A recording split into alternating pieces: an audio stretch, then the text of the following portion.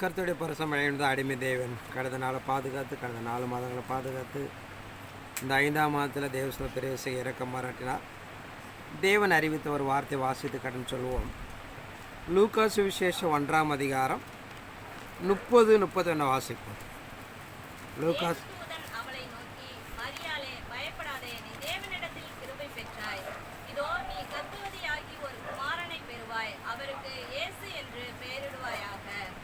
தேவதூதன் அவளை நோக்கி, மரியாளை பயப்படாதே, நீ தேவனிடத்தில் கிருபை பெற்றாய்.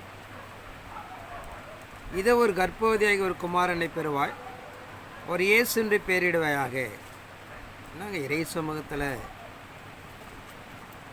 ஏதோன் தோட்டத்தில் நடந்த தவறுதல் நிமித்தமாக ஒரு தெய்வகுமாரன் பிறக்கப்பட வேண்டும் என்று சொல்லி ஏசியா தீர்க்கதரிசி மூலியமாக அறிவிக்கப்பட்ட பிரகாரம் அந்த நாட்களுக்கு அநேக கன்னி பெண்கள் காத்திருந்ததாக வரலாற்றில் இருக்கிறது. ஏசியா தீர்க்கதரிசி 7ஆம் அதிகாரம் 14-16 வரைக்கும் வாசிப்போம். ஏசியா தீர்க்கதரிசி 7ஆம் அதிகாரம் 14-16 வரைக்கும்.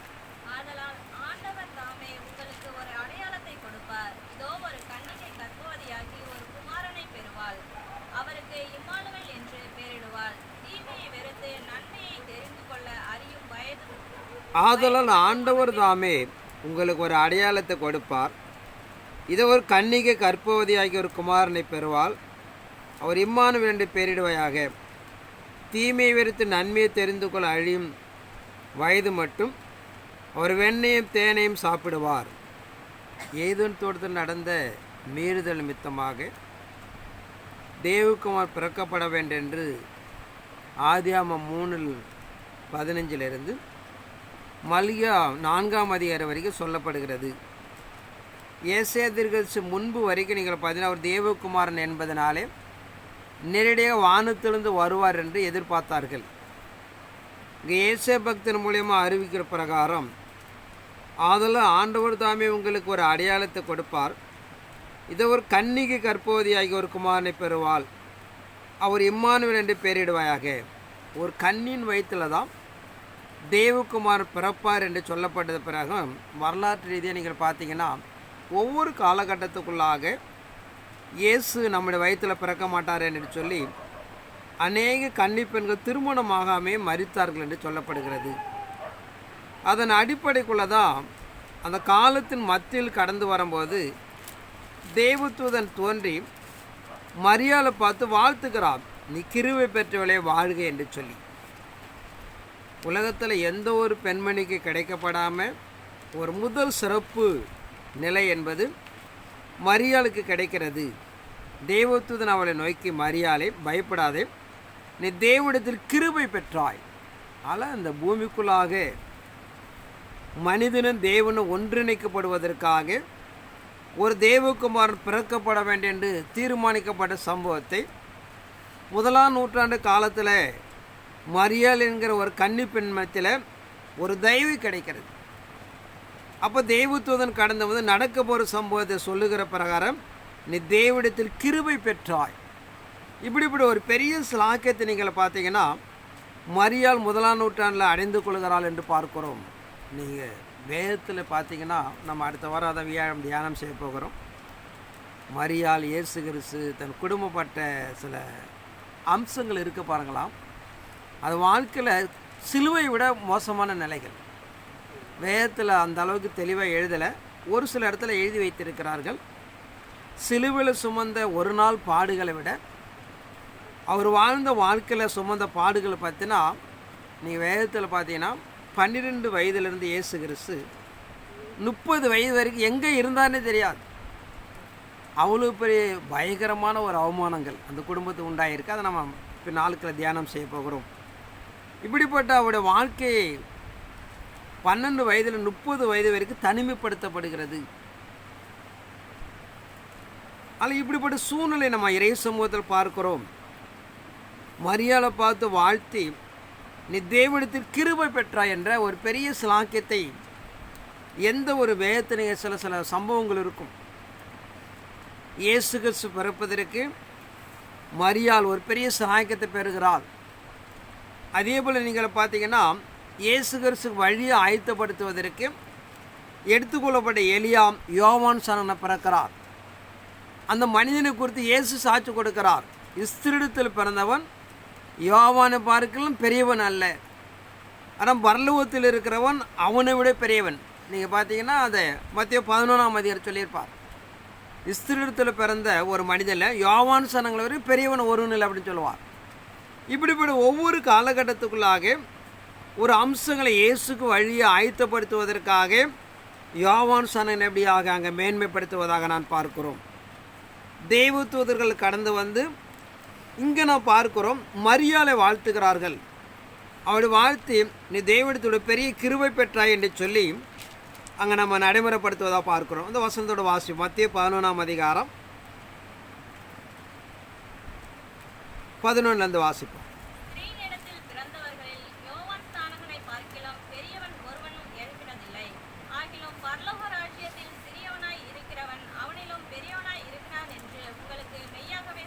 ஸ்திரீடத்தில் பிறந்தவர்களில் யோவான் சொன்னப்பார்கள் பெரியவன் ஒருவனும் எழும்பினதில்லை, ஆகிலும் பரலோகராஜ்யத்தில் சிறியவனாக இருக்கிறான், அவனிலும் பெரியவனாக இருக்கிறான். இப்படி சொல்லிட்டு தேவராஜ்யத்தில் யார் போய் அடைகிறார்களோ யோவானோட பெரியவன் என்று சொல்லுகிறது. ஒன்றை ஒன்று சார்ந்து பெரிய மறைப்பொருள் இருக்கும். இயேசு கிறிஸ்து பிறப்பில் பார்த்தீங்கன்னா மனுக்குலத்துக்கு மீட்பு கிடையாது. மனிதனும் தேவனும் ஒன்றாக இணைக்க முடியாது. தேவனை ஒருவனும் ஒரு காலம் கண்டதில்லைன்னு சொல்லுகிற பிரகாரம் மனிதன் தேவனை பார்க்கவே முடியாது. அப்படிப்பட்ட ஒரு பெரிய ஸ்லாக்கியத்தை கிறிஸ்து வெளிப்படுவதற்கு மரியாள் ஒரு ஸ்லாக்கிய பெறுகிறார். அதுபோல் கிறிஸ்துவோட வழியை ஆயத்தப்படுத்துவதற்காக நாம் பார்க்கிறோம். மலியா தீர்க்கதரிசி 4ஆம் அதிகாரம் கடைசி 2 வசனத்தை வாசிப்போமே, 5-6 வாசிப்போம்.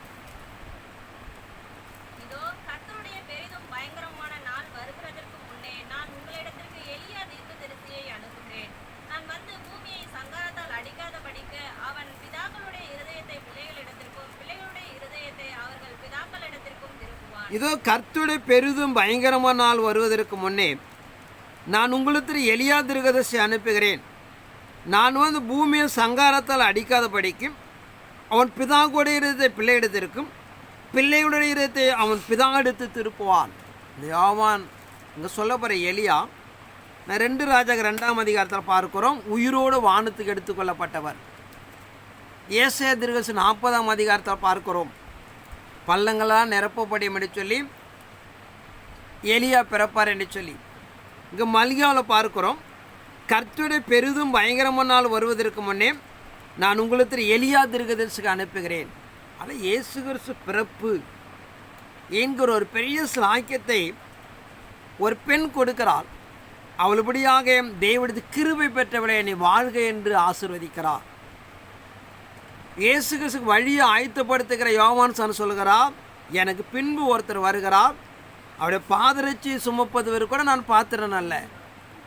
நான் ஜலத்தினால் ஞானஸ்நானம் கொடுக்கிறேன், அவர் அக்கினினால் ஞானஸ்நானம் கொடுப்பார் என்று சொல்லி அப்படிப்பட்ட வழியை ஆயத்தப்படுத்தக்கூடிய ஒரு யோவான் ஸ்நானகனை தேவன் இயேசு கிறிஸ்து சொல்லுகிறார், ஸ்திரீடத்தில் பிறந்தவன் யோவானை பார்க்கலாம் ஒரு பெரியவன் இல்லை அப்படின்னு சொல்லிட்டு இறை சமூகத்தை நடைமுறைப்படுத்துகிற பிரகாரம் இயேசு கிறிஸ்து பிறப்பு என்பது ஒரு முழுமை அடையலை. அவர் கடந்து வந்து மனுக்குலத்துக்காக ஒரு மீட்பை உண்டு பண்ணுவதற்காக தன்னை பிறப்பு நிமித்தமாக ஒரு மரணத்தை நடைமுறைப்படுத்தி அவர் மீண்டும் எடுத்துக்கொள்ளப்பட்டு அப்போஸ்தலருடைய பார்க்க 1ஆம் அதிகாரம் வாசிப்போம் 8ஆம் வசனத்தை. அப்போஸ்தலர் 1:8 வாசிப்போம்.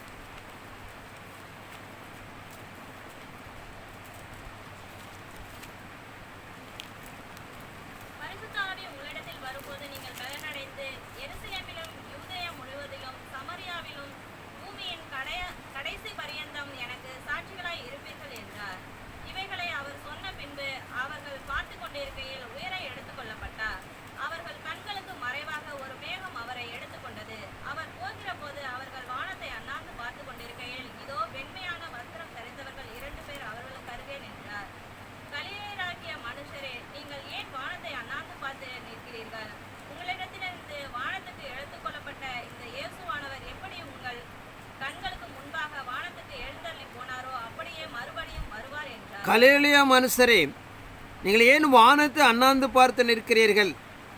உங்களிடத்திலிருந்து வானத்துக்கு எடுத்துக்கொள்ளப்பட்ட இந்த இயேசுவானவர் எப்படி உங்கள் கண்களுக்கு முன்பாக வானத்து எழுந்தெழுந்து போனாரோ அப்படியே மறுபடியும் வருவார் என்றார். அந்த தூதர்கள் சொல்லுகிறார்கள், ஏன் ஆச்சரியப்படுகிறீர்கள்? இந்த இயேசு கிறிஸ்து எப்படி வானத்துக்கு எடுத்துக்கொள்ளப்பட்டாரோ அதே போல் மீண்டும் வருவார். வேதத்தில் நீங்கள் பார்த்தீங்கன்னா 318 இடத்துல இயேசு வருவார், கர்த்தர் வருவார், தேவன் வருவார் எல்லாம் சொல்லப்பட்டிருக்கிறது. அவர் மீண்டும் வந்தாதான் ஒரு முழுமை அடைகிறோம். மரியாளுக்கு கொடுக்கப்பட்ட ஒரு ஸ்லாக்கியம், யோவான் சனு கொடுக்கப்பட்ட ஒரு ஸ்லாக்கியம், மீண்டும் இயேசு வந்து தன் மனவாட்டியை சந்தித்தாதான் அந்த நிறைவு அடைகிறது. அந்த சந்திப்பு நடைமுறைப்படுத்தாத வரைக்கும் பார்த்தீங்கன்னா ஒரு நிறைவே அடைய முடியாது. ஆனால் இறை சமூகம் சொல்லுகிற பிரகாரம் எப்படி ஒரு இயேசு கிறிஸ்து பிறப்பதற்கு ஒரு பெண் தேவைப்பட்டாலோ அதேபோல் மீண்டும் இயேசு கிறிஸ்துக்கு வருவதற்கு ஒரு பெண்ணை உருவகப்படுத்துகிறார். அதை மனவாட்டியாக சொல்லப்படுவதாக பார்க்கிறோம். அதனால் இயேசு கிறிஸ்து பிறப்பை பூமிக்குள்ளாக உருவாக்குவதற்கு ஒரு மரியாள் கிடைக்கலாம். கிருபை பெற்றவளே வாழ்க என்று வாழ்த்துகிறார்கள். அதேபோல் கடைசி காலத்தை மீண்டும் வருகிறேன் என்று சொல்லப்பட்ட இயேசு கிறிஸ்து அவர் மீண்டும் வரும்போது பார்த்தீங்கன்னா ஒரு பெண் தேவைப்படுகிறது. அவளை மனவாட்டி என்று சொல்லப்படுவதாக பார்க்கிறோம். வெளிப்படுத்தின 12ஆம் அதிகாரம் 1ஆம் வசனத்தை வாசிப்போம்.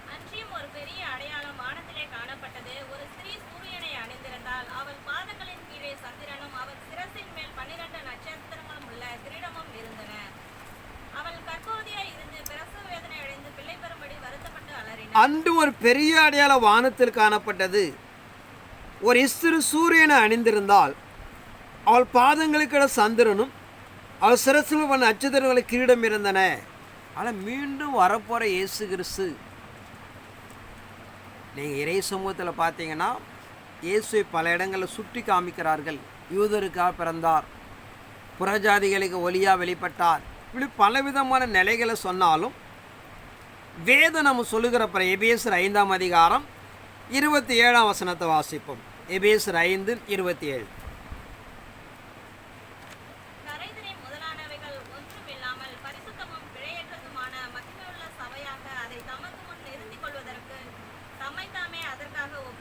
கரைத்திரை முதலான ஒன்றுமில்லாமல் பரிசுத்தமும் பிழையற்றதுமான மகிழ்மூல சபையாக அதை தமக்கும் நெறித்து கொள்வதற்கு தம்மை தாமே அதற்கு ஒப்பு கொடுத்தார். இயேசுவை பல இடங்களில் பல சூழ்நிலை சொல்லியிருந்தாலும் பிரதான நோக்கம் என்னான்னு பார்த்தீங்கன்னா, கரை திரை முதலான ஒன்றுமில்லாமல் பரிசுத்தமும் பிழையற்றதுமான மகிழ்மூல சபையாக அதை தமக்கும் நெறித்து கொள்வதற்காக தம்மை அர்ப்பணித்தார். இயேசு கிறிஸ்து பாவ மன்னிப்பு கொடுக்க வந்தார், யூதர்களுக்கு நற்செய்தி கொடுக்க வந்தார், புறஜாதியருக்கு பிரகாச ஒளியா, இப்படி பல சம்பவங்கள் நிலைப்படுத்தப்பட்டாலும் இறுதியாக வேதம் சொல்ல ஒரு நிகழ்வு என்னான்னு பார்த்தீங்கன்னா, ஒரு பழுதற்ற ஒரு சபையை உருவாக்கி அதை தமக்கு முன் நெறித்து கொள்வதற்காகவே 1ஆம் நூற்றாண்டு தேவன் தன்னை அர்ப்பணித்தார். அதை தான் இங்கே 12ஆம் அதிகாரத்தில் நம்ம பார்க்கிறோம். அன்று ஒரு பெரிய அடையாளம் வானத்தில் காணப்பட்டது. ஒரு ஸ்திரீ சூரியனை அணிந்திருந்தால் அவள் பாதங்களுக்கு சந்திரனும் அவள் சிரசின் மேலே 12 நட்சத்திரங்களை கிரீடம் இருந்தன. அது வானத்தில் ஏன் காண்பிக்கப்படுதுன்னு பார்த்தீங்கன்னா, மணவாள இயேசு கிறிஸ்து 3ஆம் வானத்திலிருந்து 2ஆம் வானத்துக்கு வருகிறார். பூமியில் காணப்படுற தன் மணவாட்டியானவள் பூமியிலிருந்து மத்திய வானமாகிய 2ஆம் வானத்துக்கு கடந்து போய் தான் அங்கே ஒரு திருமணத்தை நடத்துகிறார் என்று பார்க்கிறோம். ஆனால் நம்ம இறைமார்க்கம் சொல்லுகிற கிருபை பெற்றவளே வாழ்க என்று சொல்லுகிற பிரகாரம் அதோட முடிவு எங்கே போய் முடிவுதுன்னு பார்த்தீங்கன்னா, கடைசி காலத்தில் தேவனால் ஆயத்தம் பண்ணப்பட்ட ஒரு மணவாட்டி அவள் கரைத்திர மேலே ஒன்றுமில்லாமல் பரிசுத்தமும் பிழையற்றதுமான ஒரு மகிழ்மூல சபையாக அவள் சூரியனை போல சந்திரனை போல ஒப்பிட்டு ஒரு ஜெயங்குலர் வாழ்க்கை அடைகிறவளே கிருபை பெற்றவள் என்று சொல்கிறது. ஆனால் இறைமார்க்கம் எங்கே முடிக்குதுன்னு பார்த்தீங்கன்னா, கடைசி காலத்தில் அப்படியே தன் மனவாட்டியை ஒப்பிடுகிறார். உன்னத பாட்டு 6ஆம் அதிகாரம் 8லிருந்து வாசிப்போம்.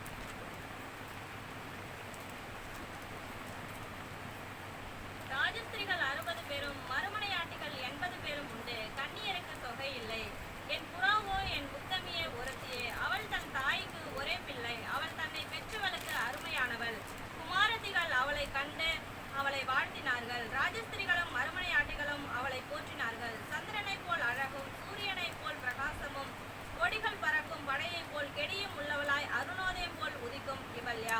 என் புறாவை என் உத்தமையை ஒருத்தி, அவள் தன் தாய்க்கு ஒரே பிள்ளை, அவளை தன்னை பெற்றவளுக்கு அருமையானவள். குமாரத்திகள் அவளை கண்டு அவளை வாழ்த்தினார்கள். ராஜசரும் அருமணியாடி அவளை போற்றினார்கள். சந்திரனை போல அழகும், சூரியனை போல பிரகாசம், கொடிகளை பிறகு படையை போல கெடியும் உளவாம், அருநோயுதமுள் உதிக்கிறவளை யார் என்று பார்க்கிறோம். அதில் இறைமார்க்கம் சொல்லப்படுகிற இயேசு கிறிஸ்தாகிய மணவாளன் தான் 3ஆம் வானத்திலிருந்து 2ஆம் வானத்துக்கு கடந்து வருகிறார். அவர் சந்திக்க எதிர்பார்த்து கொண்டிருக்கிற தன் மணவாட்டியானவள் இங்கே காணப்படுகிற ராஜேஸ்வர் என்று சொல்லுகிற மனசாட்சி காலத்தில் காணப்பட்ட சந்ததி, மறுமணியாட்டி என்று சொல்லப்படுகிற நியாயப்பிரமாணத்தில் காணப்பட்ட ஜனங்கள், கன்னிகை என்று சொல்லப்படுகிற புதிய ஏற்பாடு காலத்தில் காணப்பட்ட ஜனங்கள், இவங்க எல்லாம் யாரை வாழ்த்துறாங்கன்னு பார்த்தீங்கன்னா கடைசி காலத்தில் இருக்கிற மணவாட்டியை வாழ்த்துக்கிறார்கள். ஏன் உங்களை வாழ்த்துறாங்கன்னு பார்த்தீங்கன்னா இந்த 3 நிலைகளை காணப்பட்ட மனிதர்களும் கடைசியாக காணப்படுற மனிதர்கள் மூலியமாக தான் ஒன்று இணைக்கப்படுகிறார்கள். இதை நம்ம அறிந்து கொள்ளப்பட வேண்டும். ஏதேன் தோட்டத்திலிருந்து உருவாக்கப்பட்ட மனிதன் மரித்தாலும் அவன் எங்கே இருக்கிறாங்கன்னு பார்த்தீங்கன்னா ஒரு குரூப்பு பார்த்தீங்கன்னா ஆபிரகாமோட மடியில் இருக்கிறாங்க. இன்னொரு குரூப்பு பார்த்தீங்கன்னா பூமியினுடைய தாழ்விடத்தில் மரித்து அவர் இலைப்பாரி கொண்டு இருக்கிறார்கள். இன்னொரு குரூப்பு பூமியில் நம்மை போல வாழ்ந்து கொண்டு இருக்கிறோம். இன்னொரு குரூப்பு வானத்தில் இருக்கிறாங்க. இப்படிப்பட்ட 4 இடத்துலையும் பார்த்தீங்கன்னா நீதிமான்களும் இருக்கிறார்கள், பாவிகளும் இருக்கிறார்கள். ஆனால் ஆபிரகாம் அடியில் இருக்கிறவங்க மாத்திரம்தான் தண்டனை பெற்று இருக்கிறார்கள். பாக்கி இடத்துல இருக்கிற யாரும் தண்டனை பெறாமல் இருக்கிறார்கள். தானியேல் 12ஆம் அதிகாரம் 2-3 வாசிப்போம்.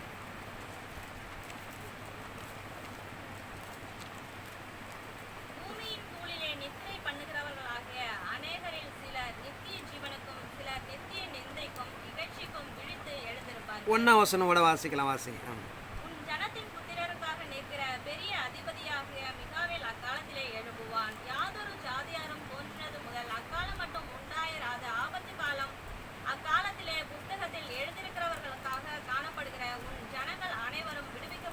இங்கே பார்க்கிற உன் ஜனத்தின் புத்திரருக்காக நிற்கிற பெரிய அதிபதி மிகாவேல் அக்காலத்தில் எழும்புவான். யாதொரு ஜாதியில் தோன்றின முதல் அக்காலம் மட்டும் உண்டான ஆபத்து காலம் வரும். அக்காலத்தில் புஸ்தகத்தில் எழுதியிருக்கலா காணப்படுகிற உன் ஜனங்கள் அனைவரும் விடுவிக்கப்படுவார்கள். பொதுவாக வேதாந்தத்தை நீங்கள் பார்த்தீங்கன்னா மனசாட்சி காலத்தில் பிதாவை இதை தொழுது கொண்டா உங்களுக்கு மோட்சம் பரலோகம். நியாயப்பிரமாண காலத்தில் கட்டளைகளை கை கொண்டால் ஜீவ புஸ்தகம் உன் பேர் எழுதப்படுகிறது. புதிய ஏற்பாடு காலத்தில் நீங்கள் பார்த்தீங்கன்னா ஒரு ஜலத்தினால் ஆவியினால் பிறந்திருந்தால் அவனுக்கு மோட்சம் கிடைச்சிடும். கடைசி கால மனவாட்டி நம்முடைய காலம் தெய்வ சாயலாக மாறணும். நீங்கள் தெய்வ சாயலாக மாறப்படவிட்டால் உங்களை என்ன பண்ண முடியாது, தேவனிடத்தில் எடுத்துக்கொள்ள முடியாது. இங்கே சொல்லப்படுகிற மிகாவேல் என்று சொல்ல ஒரு மனிதன் தோன்றுகிறான். அது ஒரு பெரிய ஆபத்து காலம் என்று சொல்லுகிறது. அவன் தோன்றின பிறகுதான் புஸ்தகத்தில் எழுதியிருக்கலா காணப்படுகிற உன் ஜனங்கள் அனைவரும் விடுவிக்கப்படுவார்கள். இந்த நாட்களில் காணப்படுகிற ஜலத்தினால் ஆவியினால் பெற்றால் உங்களுடைய பேர் பார்த்தீங்கன்னா ஆட்டுக்குடியர் ஜீவ புஸ்தகம் எழுதப்படும். அப்படி எழுதப்பட்டதுனால பரலம் போக முடியாது. இறைமார்க்கம் எதிர்பார்க்கிற தேவ சாயலாக நீங்கள் மாறணும். இந்த மனிதன் ஏற்பட்டப்பட்டுதான் தேவனுடைய நாமத்தில் புஸ்தகத்தில் எழுதப்பட்டிருக்கிற உங்களை அவன் பூர்ண நிலையில் நடத்துவான் என்று சொல்லுகிறது. ஆனால் இப்படிப்பட்ட நிலைகளை 2வதாக நான் பார்க்கிற பிரகாரம் மரித்து 1ஆம் நூற்றாண்டு வரைக்கும் இன்று 4 ஜானங்கள் நியாய தீர்ப்பு அடையாமல் பூமியில் தான் அலைஞ்சு கொண்டு இருக்கிறாங்க. அவர்களும் விடுதலையாக்கப்பட வேண்டும். இப்படிப்பட்ட ஒரு 3 கோணத்தில் காணப்படுற மனிதர்கள் ஒரு விடுதலை அடைந்து கொள்வதற்காக தான் கடைசி காலத்தில் காணப்படுற மனவாட்டி அந்த சிலாக்கியத்தை பெற்றுக்கொள்கிறார் என்று பார்க்கிறோம். வெளிப்படுத்தின 20ஆம் அதிகாரம்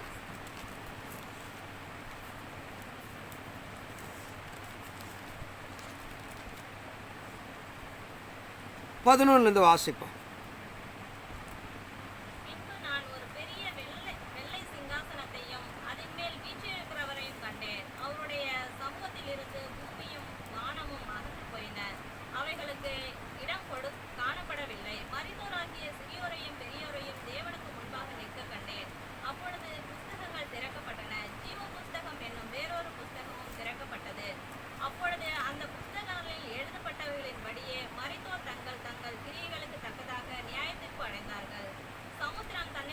மரித்தோரை ஒப்புவித்தது. மரணமும் பாதாளமும் தங்களில் உள்ள மரித்தோரை ஒப்புவித்தன.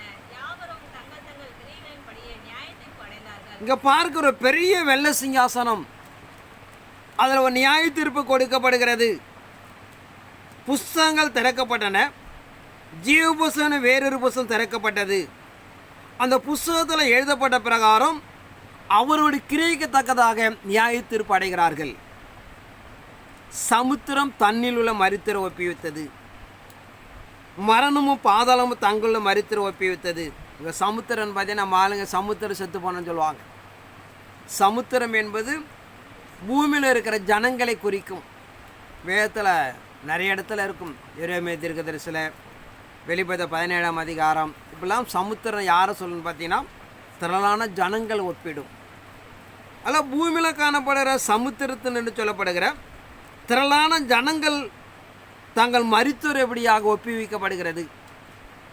ரெண்டாவது மரணம் என்று சொல்லுகிற மரித்து நியாய தீர்ப்பு அடையாமல் இருக்கிற பூமியில் தூணில் நித்திரை செய்து கொண்டு இருக்க ஒரு ஜனம், அதான் நம்ம தானியேல் 12 பார்க்கிறோம். அடுத்தபடியாக பாதாளம் என்று பார்க்கிறோம். ஆபிரகாம் அடியில் இருக்கிற ஜனங்கள், அதான் மனிதர்கள் பார்த்தீங்கன்னா 4 இடங்களில் இருக்கிறார்கள். ஒன்று ஆபிரகாம் அடியில் ஒரு குறிப்பு, ரெண்டாவது பூமியில் மரித்து நியாய தீர்ப்பு அடையாமல் ரெண்டாவது குறிப்பு இருக்கிறாங்க, மூணாவது சமுத்திரம் என்று திரளான ஜனங்களாக நாம் இருக்கிறோம், நான்காவது வானத்தில் ஒரு குறிப்பு இருக்கிறாங்க. இப்படிப்பட்ட எல்லா நீதிமான்களும் ஒரு இடத்துக்கு கடந்து வருகிறார்கள். இங்கே 4 இடத்துல இருக்கிற பாவிகள் அக்னிக்கு அந்த கடலிலே பங்கடைகிறார்கள். இப்படிப்பட்ட நிலையை யார் கொடுக்குறாங்கன்னு பார்த்தீங்கன்னா கடைசி காலத்தில் இருக்கிற மனவாட்டி தான் இதை நிர்ணயிக்கிறார். மனவாட்டி வெளியில் வராத வரைக்கும் இந்த சத்தியம் வெளிப்படவே படாது. ரோமர் 8ஆம் அதிகாரம் 19 வாசிப்போம்.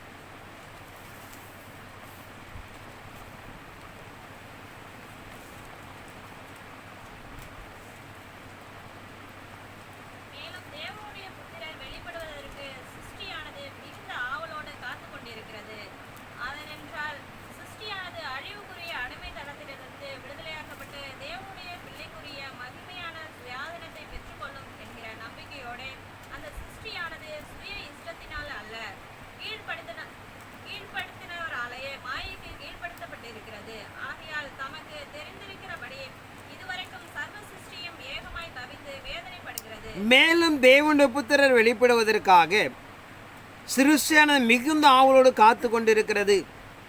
அது என்னவென சிருஷ்டியான அழிவுக்குரிய அடிமைத்தனத்திலிருந்து விடுதலையாக்கப்பட்டு தேவனுடைய பிள்ளைக்குரிய மகிமையான சுயாதீனத்தை பெற்றுக்கொள்ள எனக்கு நம்பிக்கையோடு அந்த சிருஷ்டியான சுய இஷ்டத்தினால கீழ்ப்படுத்தினாலே மாயைக்கு கீழ்பட்டிருக்கிறது. ஆக நமக்கு தெரிந்திருக்கிறபடி இதுவரைக்கும் சர்வ சிருஷ்டி யாகமாக தவிர்த்து பிரசவ வேதனைப்படுகிறது.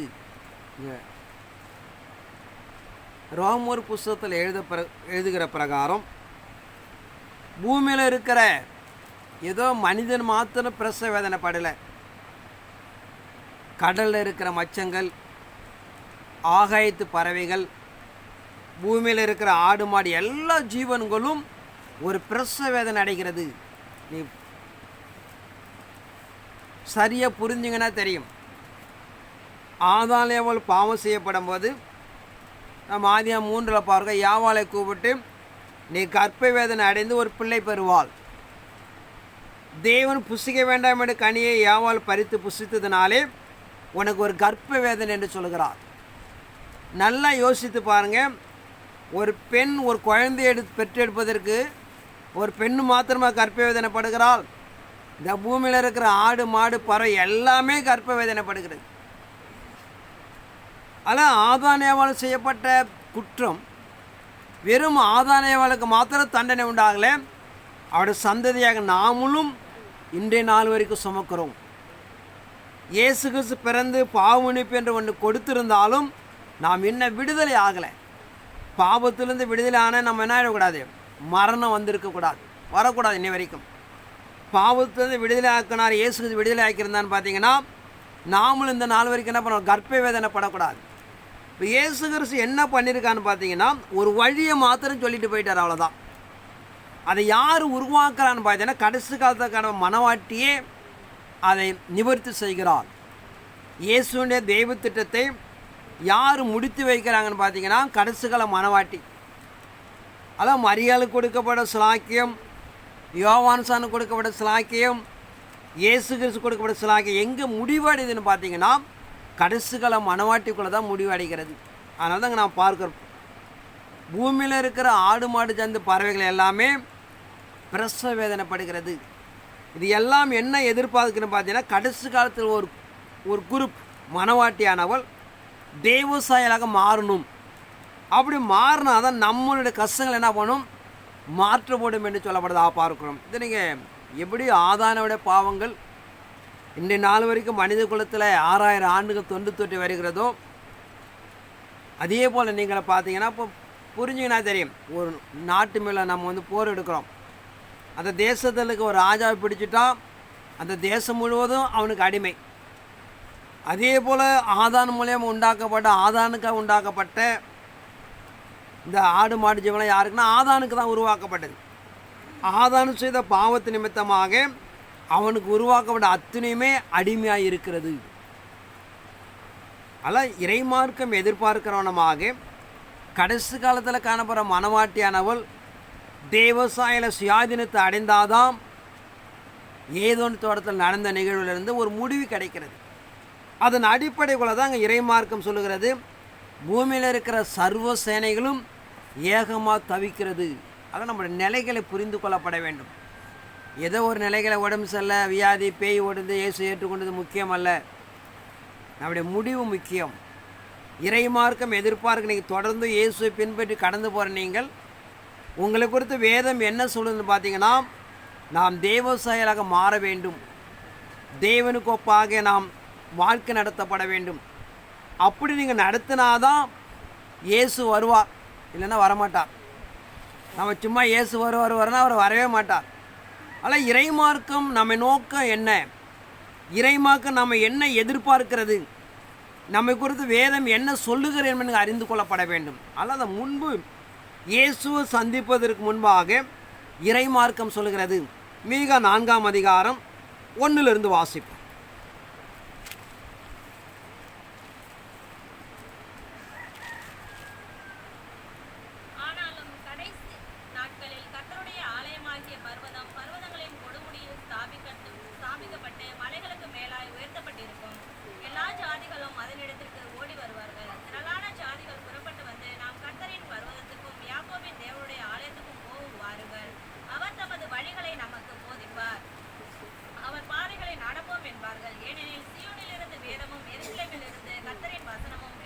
ஆனாலும் கடைசி நாட்களில் கர்த்தருடைய ஆலயமாக பர்வதங்களுக்கு மேலே ஸ்தாபிக்கப்பட்டு மலைகளை மேலே உயர்த்தப்பட்டிருக்கும்.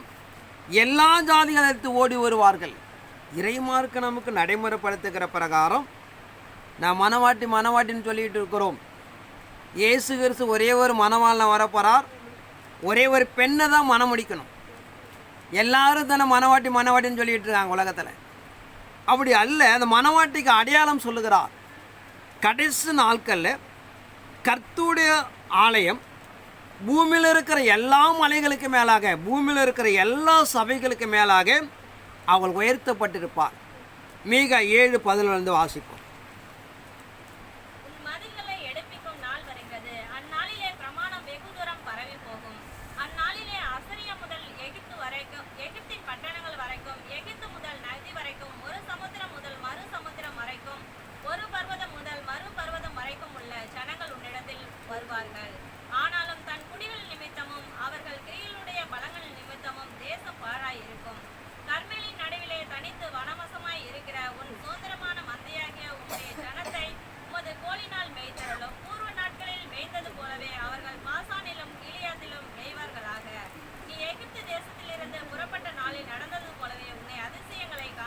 இங்கே மீகா தீர்க்கதரிசி மூலமாக சொல்லுகிறார், உன் மதில்கள் இழுப்புக்கு நாட்கள் வருகிறது, பிரமாணம் வெகு தூரம் பரவி போகும். அப்போ அவர் வரைய இருக்கிறார், உன்னை எதிர்த்த அசிரிய தேசம் முதல் எகிப்து பட்டணங்கள் வரை, ஒரு சமுத்திரம் தொடங்கி மறு சமுத்திரம் வரைக்கும், ஒரு பருவதம் தொடங்கி மறுபருவம் வரைக்கும் உன்னை தேடி வருவார்கள். கடைசி கால மனவாட்டி தேவனுடைய சபை என்பதற்கு ஆதாரம் சொல்லுகிறார். உன்னை எதிர்த்து பகைத்த எல்லாரும் உன்னிடத்தில் கடந்து வருவார்கள். அது எப்படி வருவாங்க? ஒரு சமுத்திரத்திலிருந்து மறு சமுத்திரம் வரைக்கும், ஒரு பருவதங்கள் முதல் மறுபருவதம் வரைக்கும் உன்னை தேடி வருவார்கள். ஏன் இப்படி வராங்கன்னு பார்த்தீங்கன்னா, வேதத்துடைய மகத்துவங்கள் வெளிப்படுகிறது. அது மாத்திரம் இல்லாமல், நீ எகிப்து தேசத்திலிருந்து புறப்பட்ட நாளில் நடந்தது போல உன்னை அதிசயங்களை காண பண்ணுவேன். முதல் பிரயாணமாகிய இஸ்ரவேல் ஜனங்கள் பார்வோன் மனது அடிமையாக இருக்கப்படும் போது ஒரு 13 அற்புதங்களை செய்து கொண்டு வருகிறார். நம் யாத்திராகம் 3 துவங்குகிறார். செங்கடலை பிளக்கிறார், தவளைகளை உருவாக்குறார், வண்டுகளை உருவாக்குறார், பேன்களை உருவாக்கி ஒரு 13 அற்புதங்களை செய்து தேவன் இஸ்ரவேல் ஜனங்களை வெளிப்படுத்தி கொண்டு வந்தது போல அங்கே சொல்லுகிறார், நீ எகிப்து தேசத்திலிருந்து புறப்பட்ட நாளில் நடந்தது போலவே உன்னை அதிசயங்களை காண பண்ணுவேன். ஏன் இந்த ஜனங்கள் வருகிறார்கள் ஒரு சமுத்திரத்தை மறு சமுத்திரம்னா, ஒரு பலமுள்ள கிரியை நடக்கிறது. அதற்கு ஒப்பிடுகிறார். என்ன கிரியைன்னு பார்த்தீங்கன்னா, எகிப்தில் நான் எப்படி நடைமுறைப்படுத்தினோ அதே போல் ஒரு கிரியை நடத்துவேன். அதுவே மனவாட்டி என்று ஆதாரம் சொல்லுகிறார். அவளை தேடிபடியாக ஒரு சமுத்திரம் தொடங்கி மறு சமுத்திரம் வரைக்கும் உன் ஜனங்கள் உன்னிடத்து தேடி வருவார்கள் என்று சொல்கிறது. நீ யார் எடுத்தாலும் தானே மனவாட்டின்னு சொல்லுகிறார்கள். மனவாட்டிக்கு அடையாளம் காமிக்கிறார். கடைசி கால மனவாட்டி என்பதற்கு உலகத்தில் இருக்க எல்லா சபைகளையும் மேலாக உயர்த்தப்பட்டிருக்கும். ஒரு சமுத்திரத்தொடங்கி மறு சமுத்திரம் தேடி வருவார்கள். எல்லா ஜாதி இனம் தேச மக்கள் எல்லாம் தன் மனவாட்டிக்கு தேடி வருவார்கள். அவளே மனவாட்டி என்று சொல்லுகிறது. ஆனால் நாட்களை ஏமாந்து போய் இயேசுவரை எதிர்பார்த்து நம்மளை ஏமாந்துடக்கூடாது. மனவாட்டி என்பது உலகத்தில் இருக்கிற எல்லா சபைகளுக்கு மேலாக உயர்த்தப்படும். எகிப்து தேசத்தில் எவ்வளவு அற்புதங்களை செய்தாரோ அதே போல் அந்த சபைக்குள்ளாக அற்புதங்கள் செய்யப்படும். இப்படி கிரியைகளை நடைமுறைப்படுத்தி தான் மனவாட்டிய பூமியில் இருக்கிற எல்லா ஜனங்களுக்கு மேலாக அவர் உயர்த்துகிறார் என்று சொல்கிறது. மல்கியா தீர்க்கதரிசி 4ஆம் அதிகாரம் 1 வாசிப்போம்.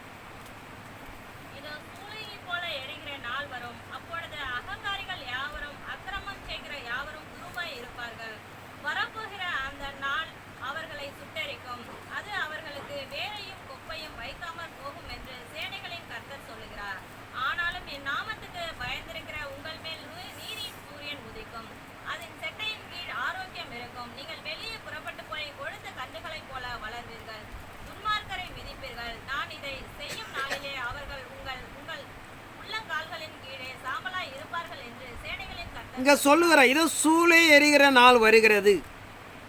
அப்போது அகங்காரிகளை அவர் அக்கிரமச்சாரி அவரும் துரும்பாய் இருப்பார்கள். வரப்போகிறதுனால் அவரை சுட்டரிக்கும். அது அவருக்கு வேறையும் கொப்பையும் வைக்காமல் போகும் என்று சேனையில் கர்த்தர் சொல்லுகிறார். இன்றைக்கி நீங்கள் பார்த்த தேசத்தை பணக்காரர்கள் ஐஸ்வர்யவான்கள் ஆயுதம் வைத்திருக்கிறவர்கள் தான் தேசத்தை ஆழ்ந்து கொண்டு இருக்கிறார்கள். ஆனால் தேவன் சொல்லுகிறார், ஒரு சூளை எரிகிறது போல ஒரு நாட்கள் வருகிறது. அன்னைக்கு அகங்காரிகளும் அக்கிரமச்சைகரனும் அவன் அழிக்கப்படுவான். ஆனால் என் நாமத்துக்கு பயந்திருக்கிற உங்கள் மேல் நீதின் சூரியன் உதிக்கும். அதன் சட்டைகளுக்கு ஆரோக்கியம் இருக்கும். நீங்கள் வெளியே புறப்பட கொழுத்த கன்றுகளை போல வளருவீர்கள், துன்மார்க்கரை மிதிப்பீர்கள். நான் இதை செய்யினாலே அவர்கள் உங்கள் உள்ளங்காலை கீழ் சாம்பலாக இருப்பார்கள். ஆனால் இறை சமூகம் நமக்கு நடைமுறைப்படுத்துகிற காலங்கள் அரைக்காலம் என்று சொல்லுகிற, எப்படி இயேசு கிறிஸ்து ஒரு 3 ஆண்டுகள் தான் உயிரோடு இந்த நாட்களில் ஊழியம் செய்தாரோ அதே போல் கடைசி காலத்தில் மனவாட்டியானவள் ஒரு 3 ஆண்டு காலங்கள் உலகத்தில் கட்டப்படுகிறாள். அப்படி கட்டப்படும் போது அவளுக்கு நிகராக அவள் எதிர்கொண்டு ஒருவனும் பூமிக்குள்ளே நிற்கக்கூடாது. அப்படிப்பட்ட ஒரு பலமொழி கிரிகளை செய்து தேசத்தில் ஒரு உயர்ந்த இடத்துல கொண்டு போய் தேவன் தன் சபையபடியாக வாழ்த்துகிறார். அதனால் மனவாட்டி அப்படியே கிருபை பெற்றவளே வாழ்க என்று சொல்லப்படுதா பார்க்கிறோம். வெளிப்படுத்தின 21ஆம் அதிகாரம் 9-10 வாசிப்போம்.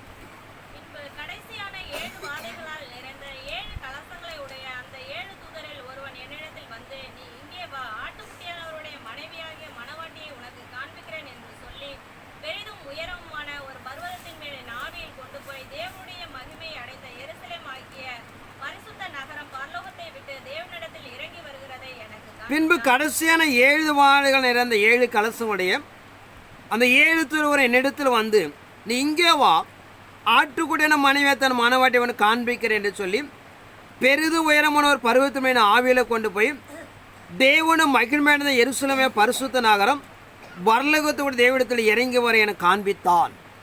யோவான் பத்மதீவில் காணப்படும் போது கடைசி காலத்தில் நடைமுறைப்படுத்தவர் மகிழ்மை அடைய போகிற தன் மனவாட்டியை காண்பிக்கிறார். அது வானத்திலிருந்து இறங்கி வருது என்று சொன்னால் அது பூமியில் கட்டப்பட்டால் தான் வானத்துக்கு போக முடியும். பூமியில் கட்டப்படாமல் வானத்துக்கு போக முடியாது. ஏன்னா நம்ம வெளிப்படுத்த 22ஆம் அதிகாரத்தில் 404 வசனங்கள் இருக்கிறது. 1ஆம் அதிகாரம் பார்த்தீங்கன்னா இயேசு தான் மகிமை அடைந்ததை காண்பிக்கிறார்.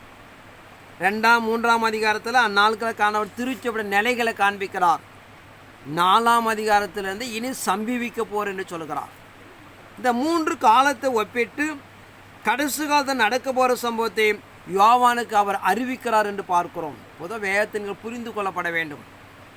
எந்த ஒரு காரியம் தேவனை அறிவிக்காமல் செய்வதே வேதத்தில் கிடையாது. அது யோவான் சொன்ன பிறப்பாக இருக்கட்டும், இயேசு பிறப்பாக இருக்கட்டும், மனவாட்டியாக இருக்கட்டும், எதுவாக இருந்தாலும் தீர்க்கதரிசிகளுக்கு அறிவிக்காமல் அவர் ஒன்று செய்ய மாட்டேன் என்று சொல்கிறார். அது ஒன்று புரிந்து கொள்ள. அவர் செய்கிற ஒவ்வொரு காரியம் நேற்று இன்று கிடையாது. 1000 ஆண்டுகள் முன்பே அறிவிக்கப்பட்ட விஷயங்கள் 1000 ஆண்டுகள் பின்பு அதை நடைமுறைப்படுத்தும். அதை புரிந்து கொள்ளணும். இந்த வெளிப்படுத்தின விசேஷம் பார்த்தீங்கன்னா கிட்டத்தட்ட 2000 ஆண்டுகள் ஆச்சு. கடைசி காலத்தில் மனிதன் முத்திரையை தரித்து கொள்வான். நீங்கள் பூமியில் இருக்கிற வானத்து எல்லா தோற்றங்களும் 2000 ஆண்டுகள் முன்னாடி எழுதி வச்சுட்டார். அதெல்லாம் மனிதர்களாக நான் புரிந்து கொள்ளப்பட வேண்டும். தேவன் நடத்த போகிற எந்த ஒரு நிகழ்வு என்பது நேற்று இன்று அறிவிக்கப்பட்ட விஷயம் அல்ல. 1000 ஆண்டுகள் முன்பே அறிவிச்சிடுவார். அதை அறிந்து கடந்து போய் நாமே அதை நிலைப்படுத்தி கொள்ளப்பட வேண்டும். நீங்கள் அதை சரியாக அறிந்து கொள்கிற அறியாமல் தேவனை கேட்டு நீங்கள் நிலைப்படுத்தி கொள்ளப்படவிட்டால் நாம தான் இழப்பு. ஆனால் இறைமாருக்கு நடைமுறைப்படுத்துகிற பிரகாரம் என் மனவாட்டியை உத்தமையை ஒருத்தி என்று சொல்கிறார். அவள் புறாவை போல பறந்து வருகிறார் என்று சொல்லப்படுதா பார்க்கிறோம். அவளுக்கு குறித்து எல்லாமே எழுதிட்டார். ஏசாயா தீர்க்கதரிசி 46ஆம் அதிகாரம் 9 வாசிப்போம்.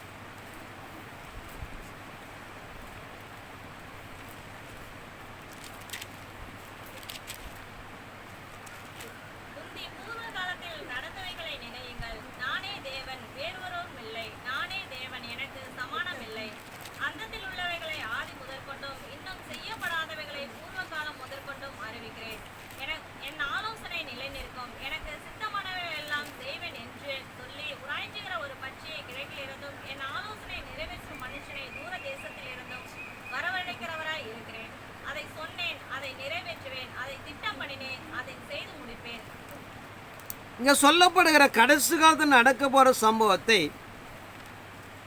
முந்தி பூர்வ காலத்தில் நடந்தவரை நினையுங்கள். நானே தேவன் வேறொரு இல்லை, நானே தேவன் எனக்கு சமானமில்லை. அந்த தொழில் ஆது முதல் இன்னும் செய்யப்படாதவர்களை பூர்வ காலம் ஒன்று அறிவிக்கிறேன். என் ஆலோசனை நிலை நிற்கும், என் சித்தமான எல்லாம் செய்துவேன் என்று சொல்லி உராஞ்சிக்கிற ஒரு பச்சை கிழக்கிலிருந்தும் என் ஆலோசனை விட மண் தூரதேசம் வரவழைக்கிறாய் இருக்கிறேன். அதான் கடைசி காலத்தில் காணப்படுகிற மனவாட்டியானவள் கிழக்கு தேசத்திலிருந்து வர வேண்டிய என்று சொல்லுகிறது. அதில் எருசலேமிலிருந்து கிழக்கு தேசம் என்பது நம்ம தான். கடைசி கால மனவாட்டியானவள் நம்ம இங்கேருந்து தான் கடந்து போகப்பட வேண்டும் என்று வேதம் சொல்லுகிறது. அதில் இறைமார்க்கம் எந்த ஒரு காரியம் பார்த்தீங்கன்னா மறைக்கப்பட்டது அல்ல. நீங்கள் பார்த்தீங்கன்னா இயேசு கிறிஸ்து பிறப்பில் கிழக்கிலிருந்து சாஸ்திரிகள் கடந்து போய் தான் மேசியா பிறந்துட்டார் என்று ஏரோது ராஜா மூலமாக அறிவிக்கப்பட்டு அந்த தேசத்துக்கெல்லாம் கடந்து போனது. எப்படி இயேசு கிறிஸ்துடைய பிறப்பை கிழக்கிலிருந்து சாஸ்திரிகளை கடந்து போய் உறுதிப்படுத்தினார்களோ அதே போல் இயேசு கிறிஸ்து வருகையும் கிழக்கு தேசத்தில் தான் ஆயுத்தப்படுத்தப்பட வேண்டும். எசேக்கியேல் 30ஆம் அதிகாரம் 3ஆம் வசனத்தை வாசிப்போம்.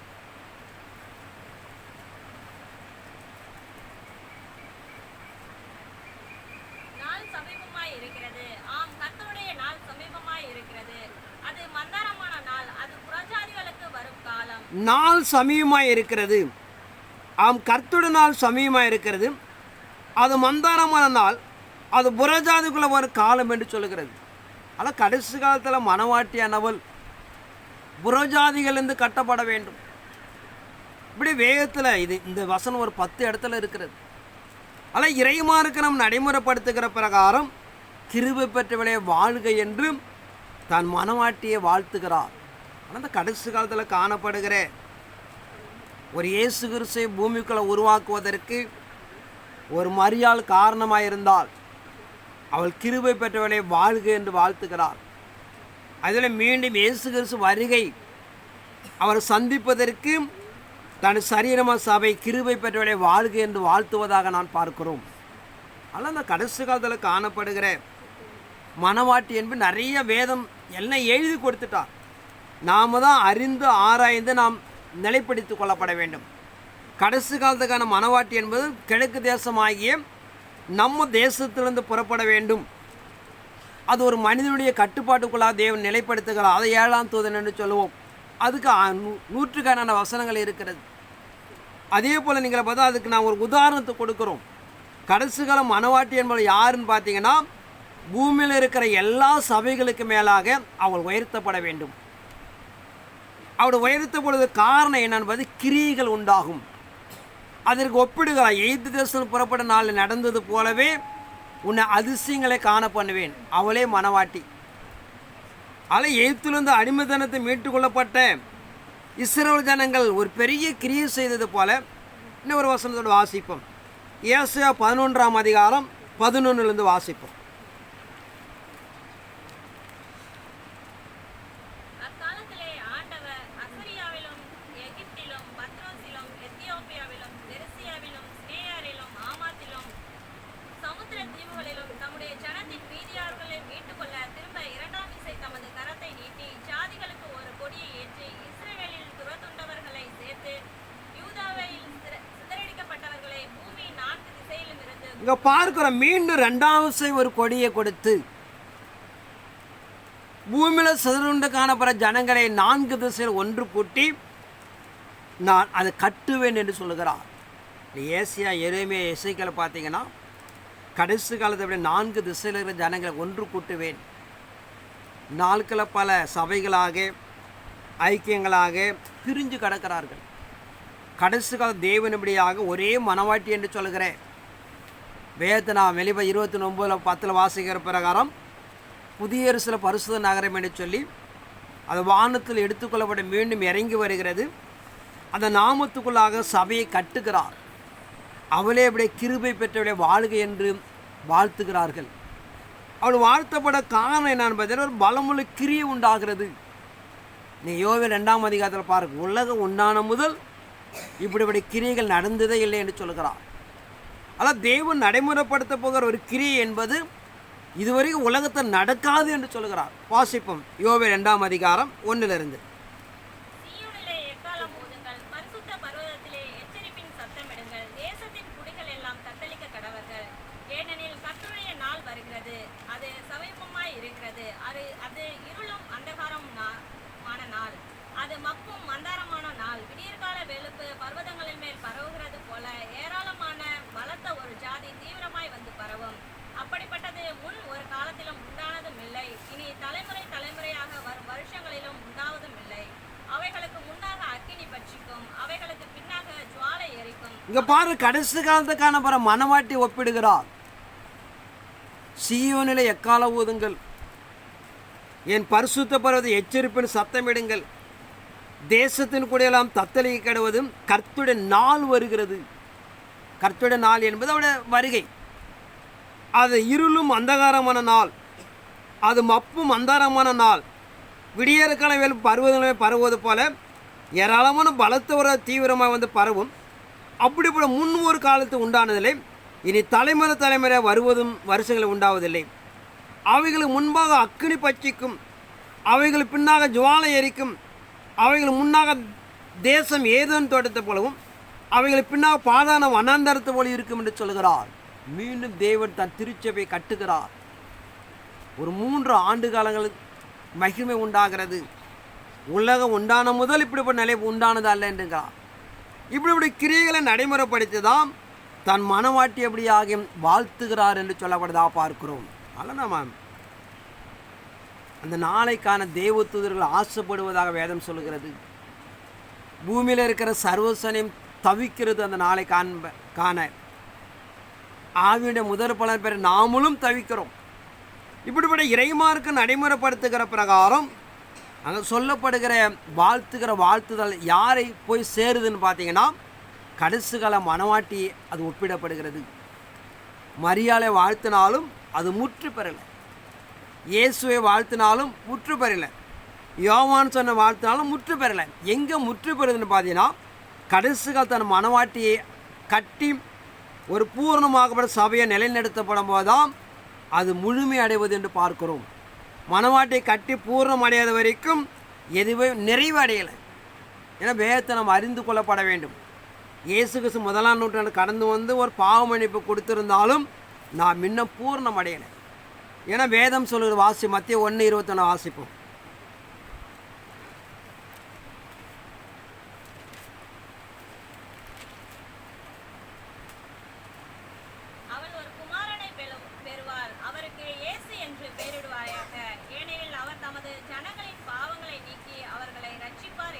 அவள் ஒரு குமாரனை பெறுவாள், அவர் இயேசு என்று பெயரிடுவாயாக.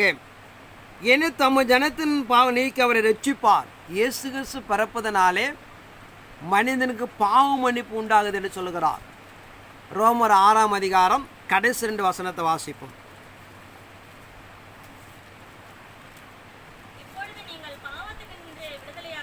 ரோமர் 6ஆம் அதிகாரம் இன்னும் 5ஆம் அதிகாரமாக இருக்கும். கடைசி 2 வசனம் இல்லை, ரைட்டு தான். 6ஆம் அதிகாரம் 22, 23.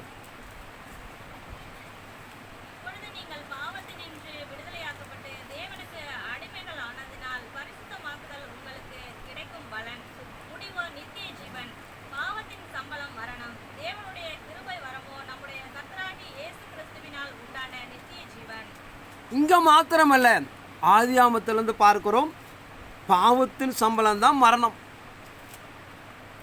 தேவனுடைய வார்த்தை மீறுவதே பாவம். நம்ம மத்திய 1:21 பார்த்தோம். அவள் ஒரு குமாரனை பெறுவாள், அவளுக்கு இயேசு என்று பெயரிடுவாங்க. அவர் தம்ம ஜனங்களை பாவங்களை நீக்கி ரட்சிப்பார்.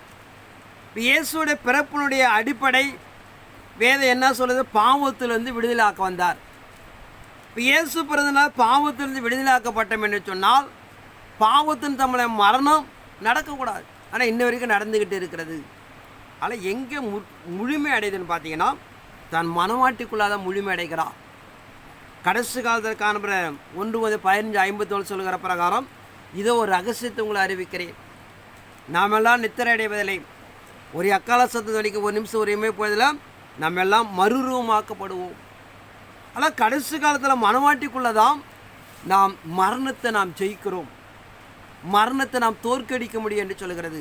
ஆனால் மனவாட்டியை உயர்ந்த அடைக்கலத்தை கொண்டு போக அவளை வாழ்த்த மேன்மைப்படுத்த காரணம் முதலாவது கிரியை. பூமியில் இருக்கிற எல்லா ஜனங்களும் இப்படியே ஓடி மனவாட்டியில் தான் புகுந்து தன் நன்மையை பெற்றுக்கொள்வார்கள். ஏன்னா இயேசுவை அறிந்த முதல் பல நாமளும் இன்னும் பாவ போராட்டம், வியாதி எல்லாம் போராடிட்டு தான் இருக்கிறோம். ஆனால் மனவாட்டி மகிமை அடைவாள். ஒரு 3 ஆண்டு காலம் ஒரு ஊழியங்களை செய்ய நாம் எதிர்பார்த்து கொண்டிருக்கிறோம். அப்போ தான் நாம் எல்லாத்துலேருந்து விடுதலை ஆக்கிறோம். மனவாட்டியை இந்த பூமி வாழ்த்தும் என்று சொல்கிறது. ஆனால் இறை சமூகம் நடைமுறைப்படுத்துகிற யார் கடைசி கால மனவாட்டி என்று சொன்னால், இந்த உலக 240 நாடுகள் மத்தியில் இருக்கிற மனவாட்டியான ஒரு உயர்ந்த அடைக்கலத்தில் இருப்பாள். ஒரு சமுத்திரத்துடைய மறு சமுத்திரம் அவளிடத்தில் கடந்து போவார்கள். அங்கே சத்தியம் வெளிப்பட விடுதலை உண்டாகும், மீட்பு உண்டாகும், சமானம் உண்டாகும், தேவனை பார்க்கலாம். இப்படிப்பட்டவரே வேதம் மனவாட்டின்னு சொல்லுது. நீ பூமியில் இருக்கலாம் ஒரு கொட்டாயை போட்டுக்கிட்டு இது நான் தான் மனவாட்டின்னு சொல்லிட்டு இருக்கிறாங்க. அப்படிலாம் அல்ல. கடைசி கால மனவாட்டி என்பது உலகத்தில் இருக்க எல்லா சபைகளையும் மேலே உயர்த்தப்பட வேண்டும். மனவாட்டினை ஊழியம் என்று பார்க்கிறோம். காலங்கள் அரை காலம் என்று சொல்லுகிறேன். ஒரு 3 ஆண்டு காலம் இயேசு கிறிஸ்து எப்படி ஊழியம் செய்தாரோ அதே போல் ஊழியம் செய்யப்பட வேண்டும். அதுவே மனவாட்டி என்று சொல்லுகிறது. அதெல்லாம் பூமியில் விழித்து கொள்ளப்பட வேண்டும். பூமியில் இருக்க எல்லாரும் தானே மனவாட்டி என்று சொல்லுகிறார்கள். ஆனால் வேதம் நமக்கு நடைமுறைப்படுத்துகிறது, கிழக்கு தேசத்தில் நான் மனவாட்டி எழுப்புவேன், ஒரு பலமுள்ள கிரியைகளை நடைமுறைப்படுத்துவேன். உலகம் உண்டான போது இப்படிப்பட்ட கிரியை நடைமுறைப்படுத்த முடியாது. சத்தியம் வேத வசனங்கள் அங்கேருந்து வெளிப்படும். அங்கே சுகமும் நன்மை கிருவி உண்டாயிருக்கு என்று சொல்கிறது. அது காலத்து புரிந்து கொள்ளப்பட வேண்டும். தானியேல் 12ஆம் அதிகாரம் 7 வாசிப்போம். அப்பொழுது சணல் வஸ்திரம் தரித்தவரும் ஆற்றின் தண்ணீர்கள் மேல் நிற்கிறவருமாகிய புருஷன் தம்முடைய வலது கரத்தையும் தம்முடைய இடது கரத்தையும் வானத்துக்கு நேராக ஏறெடுத்து, ஒரு காலமும் காலங்களும் அரைக்காலமும் செல்லும் என்று பரிசுத்த ஜனங்களின் வல்லமையை சிதறடித்தல் முடிவு பெறும்போது இவைகளெல்லாம் நிறைவேறி தீரும் என்றும் என்றைக்கும் ஜீவித்திருக்கிறவர் பேரில் ஆணையிட கேட்டேன். நான் அதை கேட்டும் அதன் பொருளை அறியவில்லை. ஆகையால் என் ஆண்டவனே, இவைகளின் முடிவு என்னமாய் இருக்கும் என்று கேட்டேன். அதற்கு அவன், தானியேலே, போகலாம். இந்த வார்த்தைகள் முடிவு காலம் மட்டும் புதைப்பொருளாக வைக்கப்பட்டும் உத்தரிக்கப்பட்டும் இருக்கும்.